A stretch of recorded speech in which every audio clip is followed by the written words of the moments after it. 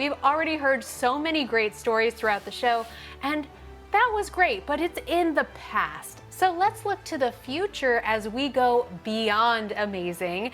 As I mentioned, Spidey's 60th anniversary celebration is happening throughout 2022, and these folks, they know all of the secrets. So as always, feel free to go drop your questions in the Q&A tab as we welcome our guests.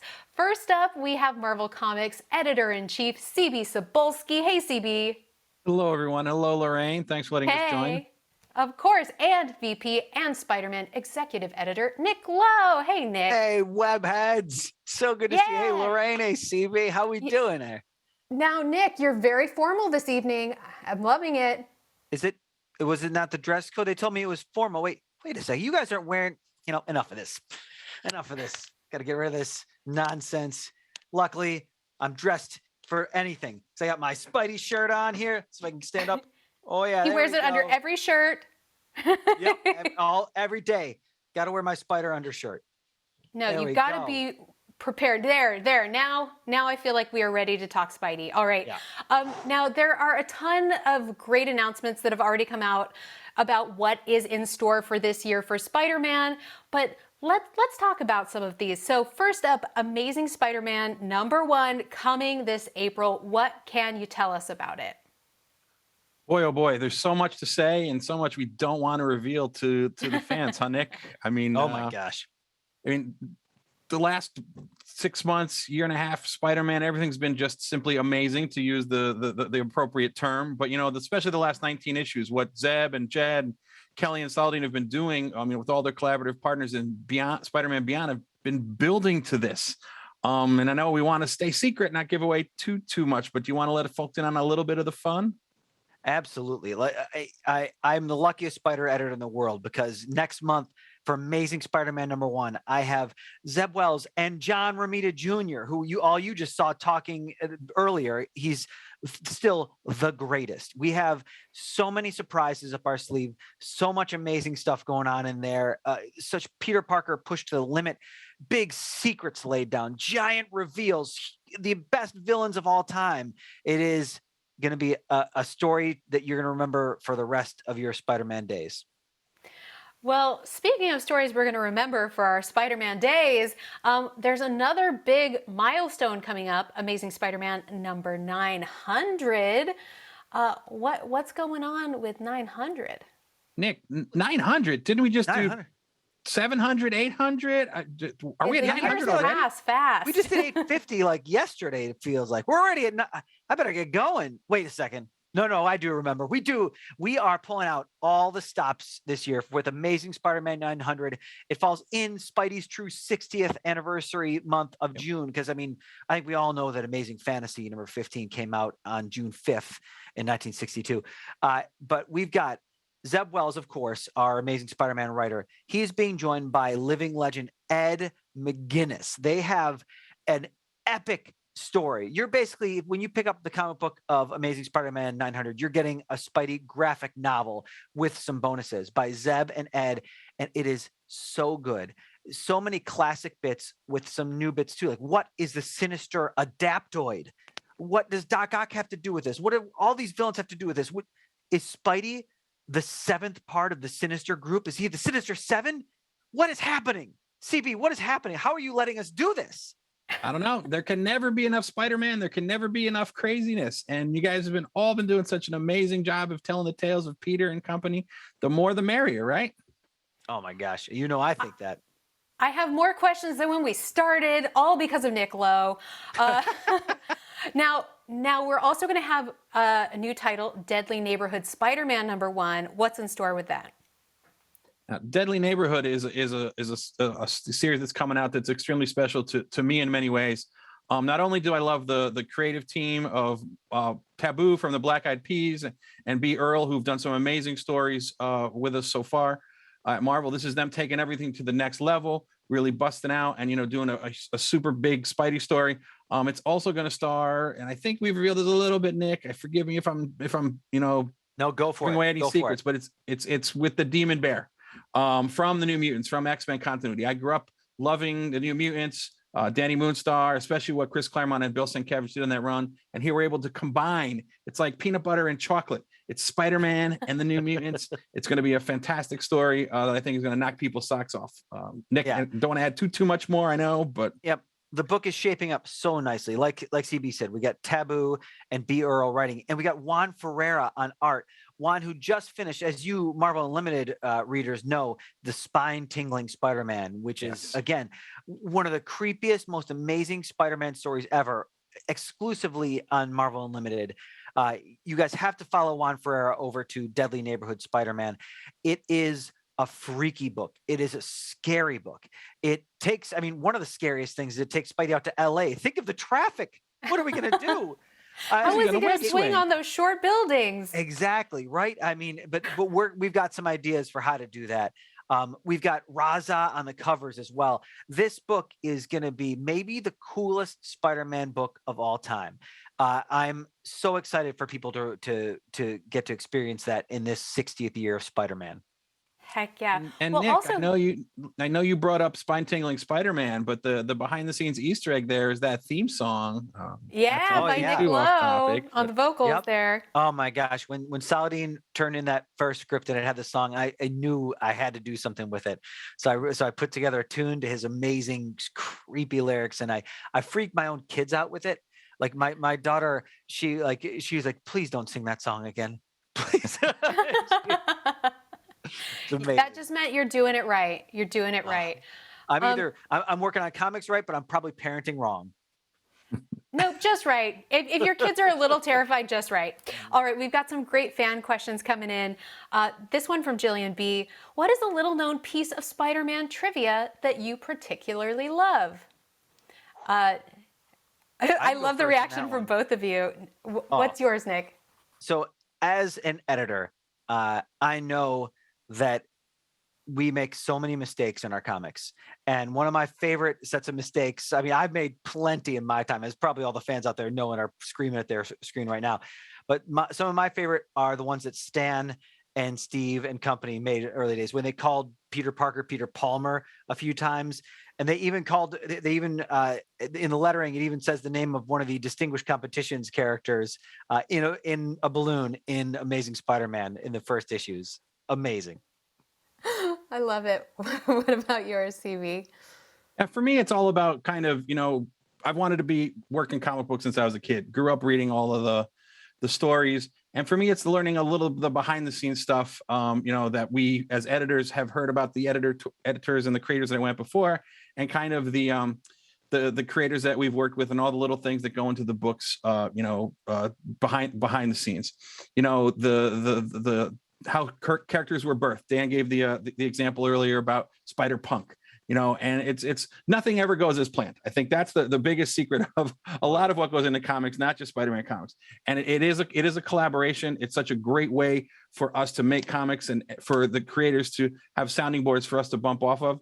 And no specific example comes to mind, but it's just there's so much fun stuff that goes on behind the scenes. But I think that's the magic of comics that people don't realize. It's not coming from one brain. It's not writers versus artists. It's a group effort. I think that's what really makes everything so special as we build the tapestry that is the Marvel Universe. Yeah, one I'll throw out kind of along those lines, CB, which you just reminded me of, is that Prowler, the original Hobie Brown, who was a Prowler. John Romita Sr. was drawing Spider-Man at the time, and his son, John Romita Jr., another Spider legend, did the first design sketch for Prowler that his dad then refined and turned into the Prowler that we know and love. Yep. And the other little known fact that I think people tend to forget too is that when the black costume was originally created, that eventually became the costume that was in Secret Wars 8 and then went on to become Venom, the original logo was actually red. So it was a black costume with the red logo. So there's some good trivia. Nick, it really reminded me, when you talk about how it takes so many people to make comics and it's, such a group, there's so many theater people in comics. And I think it really speaks to what a collaborative art form it is. We also have a question here from Jacob R. How has Spider-Man inspired you all in your everyday lives? And what is your favorite quality of the character? I think it all boils down to just with great power, there must also come great responsibility. And that the lesson there is also that you don't need to have superpowers to do that. The lesson was always that underneath that mask, even though they're superhuman, there is the human. And it's been said to death so many times, but everyone, through acts of kindness, through little things that they can do in their town or their community, is able to be a hero every day. And it's a lesson that I always took to heart from Spider-Man. And you try to extend on to not just the fans but members of my family, and just do little acts of kindness every time I'm at a convention or at a comic book store. Do something for people because they're never going to forget. That's a great one. Yeah, and for me, it's another one that has been mentioned here earlier. Nobody's perfect. Everyone makes mistakes. Peter Parker made mistakes. His mistake was the biggest thing that changed his life, for the worst for him and for the best for the world, as he became Spider-Man and remember that lesson that Uncle Ben taught him.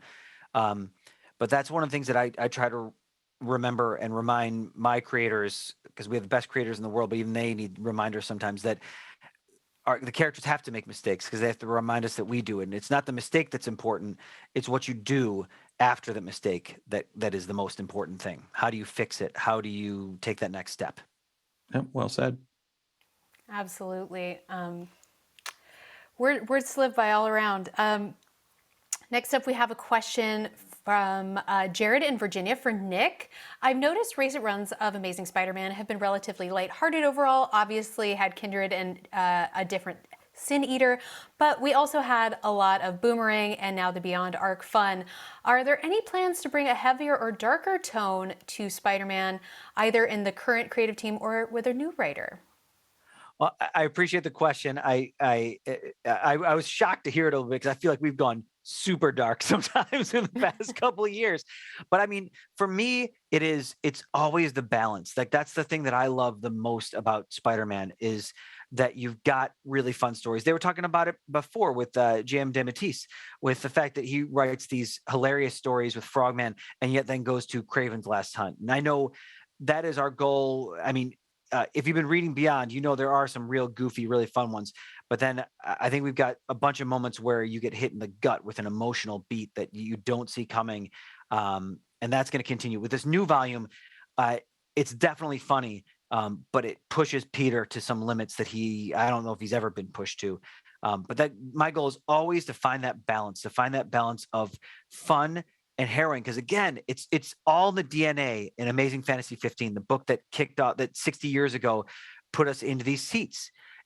You get both of these. You get the mistakes made, you get the tragedy, and you get the transformation of that tragedy and what he does with it. Spider-Man is all of this. That's part of the reason why he is the greatest fictional character ever created, bar none. And Nick, what you just said about JM can really also apply to Zeb, because at times Zeb is viewed as the funny, goofy writer for things that he's done, in New Warriors and other books. But you forget he did that Doc Ock series, and Zeb has a real dark streak in him when he wants to tell those stories. And if I can plug a little, I just finished Amazing Spider-Man 93 yesterday, the final part, the finished book of the Beyond storyline. Beyond. And if people want a dark story and they want to see like how far Zeb and you and the whole creative team are going to take things in Amazing Spider-Man going forward, do not miss that issue. Yep. It's got a spicy shocker. little tease. Mm-hmm. All right, this question from Alex in Colorado for CB. Is Spidey ever going to be an Avenger again? I don't know. Nick here and Tom Brevoort, the Avengers editor, are mortal enemies. We can't even get them in the same room, on the same Zoom, let alone agree on anything. But if I can act as a referee between it, I will do my best to see if we can get Spidey on the Avengers again. It's going to be a hard-fought battle. We'll have to talk to Jason Aaron as well, but who knows? Never going to happen. Last time happened, Tom hadn't revealed his identity to everyone on the whole team. Get out of here, Brevoort. All right, I guess we'll have to wait and see on that one. From Mike in Wisconsin, are we going to see more diversity in Spider-Man? I love Miles Morales and Gwen lines, and I would love to continue to see more diversity, including LGBTQIA plus characters. Any ideas? Any plans? Sure. I mean, one of the things I love most about the Spider-Verse, which is the correct pronunciation. I heard a bunch of writers talking about it and not pronouncing Spider-Verse correctly. But one of the coolest things about Spider-Man and these multiversal stories is it has given us so many opportunities. Like you said, you mentioned Miles, you mentioned Gwen, with Pavetir Prabhakar, with who's Spider-Man India, Spider-Punk, Hobie Brown, Silk. We have all these characters with all these different backgrounds. Spider-Zero was recently created. We got all these different characters from all these different walks of life. I'm so proud of that. And it still leaves us with plenty of room for growth. And so we're always looking to find new Spider characters who can represent all kinds of walks of life, and be that world outside your window. Yep, that's well said, Nick. The Marvel Universe is the world outside your window. And, from the start with what Stan was doing and everything that we've built on since, we're just going to continue to grow and make sure that no matter where you're from or what your background is, that you'll see yourself reflected in multiple characters across not just the Spider-Man universe, but across all the Marvel universe in every book that we publish. I love that. And I mean, Spider-Man is our ultimate everyman. I think that's why so many of us fell in love with him as a character. Now, we could not end our chat without an announcement. So what news is burning a hole in your pocket that you can share with us? Well, I think we have a very special announcement, especially for the people who are on the event today. You're all subscribers to the Marvel Universe, to Marvel Unlimited here, and we have been doing a lot recently with vertical comics, with the Infinity Comics, as we call them. You've seen everything from Jeff the Land Shark to all the stuff that Nick was just talking about, spine-tingling Spider-Man, to the Hulkling and Wiccan book that we've been putting out. These are stories that are set in continuity, very important to the continuing myth and the tapestry that we continue to build at Marvel. But Nick, you want to give them the news? Absolutely, I would love to, because I think I'm one of the only people who can pronounce it. We have a brand new Infinity comic coming up. It is called Spider-Verse Unlimited. It is a new weekly Spider-Man feature on Marvel Unlimited. It kicks off with a done-in-one story written by Anthony Piper, who recently did the Devil's Reign Spider-Man book, if you've read it, with art by Bruno Oliveira. This time we do talk about Bruno, and colors by Pete Pentazis, and letters by Joe Sabino. It's a fantastic primer for what this Spider-Man, what the Spider-Verse Unlimited comic is. We see a Peter Parker story, but we also see shades of that multiverse. Coming up right after that is a very Miles-centric story by a writer named Jay Holtham, who currently writes for The Handmaid's Tale, which is, maybe the saddest show on TV, but it's so good. And with art by Nate Stockman. It's got Miles especially, but it also has Peter and Gwen in it, and one of my favorite villains, the Beetle. And after that, we've got all kinds of stuff coming down the road. Would you maybe want to see a little more Silk? Would you want to see a little bit of Penny Parker and her giant robot spider? Would you want to see anything? Anything's on the table. You don't know what's going to happen because it is the Spider-Verse. You never know what's going to happen. Of course, everyone should keep your eyes on Marvel.com and Marvel's social channels for more Spidey news throughout the year. And of course, thank you, Nick. Thank you, CB, so much for hanging out with us and talking about Spider-Man's future. Thank you, Lorraine. Thanks to all the webheads out there.